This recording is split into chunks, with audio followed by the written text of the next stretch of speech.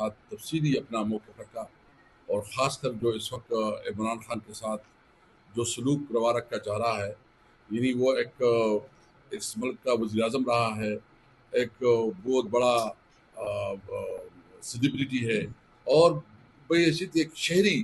ایک پاکستانی شہری کی ان کی حقوق ہے، رائٹس ہے، رولز ہے، اس میں بالکل کلیئر ہے کہ اس کو اپنی رولز کے مطابق، قانون کے مطابق اس کا جو علاج ہونا چاہیے، یا جیل مینول کے مطابق اس کو جو فیسلٹی ملنی چاہیے، ہم اس کا مطالبہ کرتے ہیں۔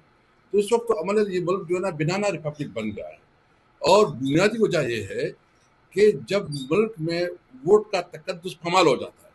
یعنی میں صرف یہ بات کرنا چاہتا ہوں کہ دیکھیں اس وقت پاکستانی قوم سے ووٹ کا حق چھینا گیا ہے۔ جب آپ سے ووٹ کا حق چھینا جاتا ہے، جب آپ کے پاس یہ رائٹ ہی نہیں ہوتا کہ آپ اپنی لیڈرشپ منتخب کریں، اس کا انتخاب کریں، جب آپ کے پاس یہ رائٹ نہیں ہوتا کہ آپ اپنے نمائندے چنیں، تو پھر کیا قانون سازی ہوگی؟ پھر وہی قانون سازی ہوگی جو مقتدرہ جس طرح چاہتی ہے کہ وہ ظلم اور جبر کا نظام ہے۔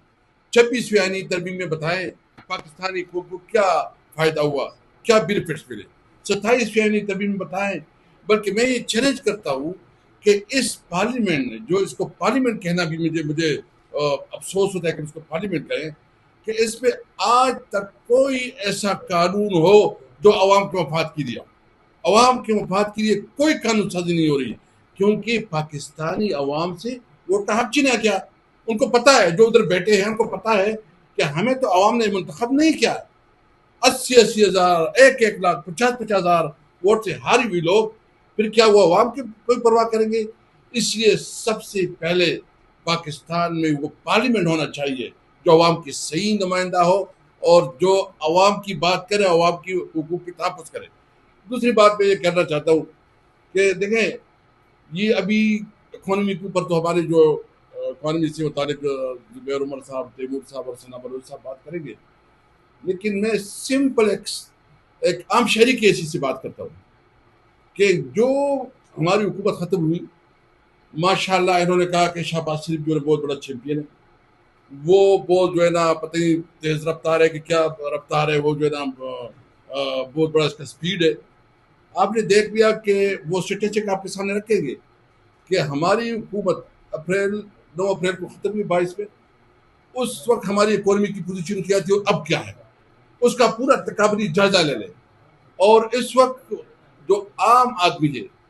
فارمر کو آپ دیکھ لیں، یعنی پنجاب کی جو فارمر ہے، کسان ہے، گندم کو جس طرح آپ ایک کو پتہ ہے کہ گندم کی کسان جس طرح رڑ گئے ہیں، جس طرح اس کی تذلیل کی گئی ہے، اس کی فصل کی توہین کی گئی ہے، جس طرح بیچارے وہ جو ہے نا اپنی بوریاں جہاں سوال اور محنت سے جو ہے نا اس کی فروخت کرنا چاہ رہے تھے، اس طرح کینوں کی کسان کو دیکھے، آپ جو ہے نا گنے کے کسان کو دیکھے، آپ پٹسن کے کسان کو دیکھے، سارے کسان رڑ رہے ہیں، اور پھر بھی کہتے ہیں کہ پنجاب میں بڑی ترقی ہو رہی ہے۔ بھائی آئے سروے کریں نا، پوری پنجاب میں سروے کریں، چلے کہ آپ سروے کریں کہ اس وقت کسان کی حالت کیا ہے، مزدور کی حالت کیا ہے، ایون جو انویسٹر ہے، جو بزنس مین ہے، اس کی حالت کیا ہے۔ اور اتنی بڑی دعوت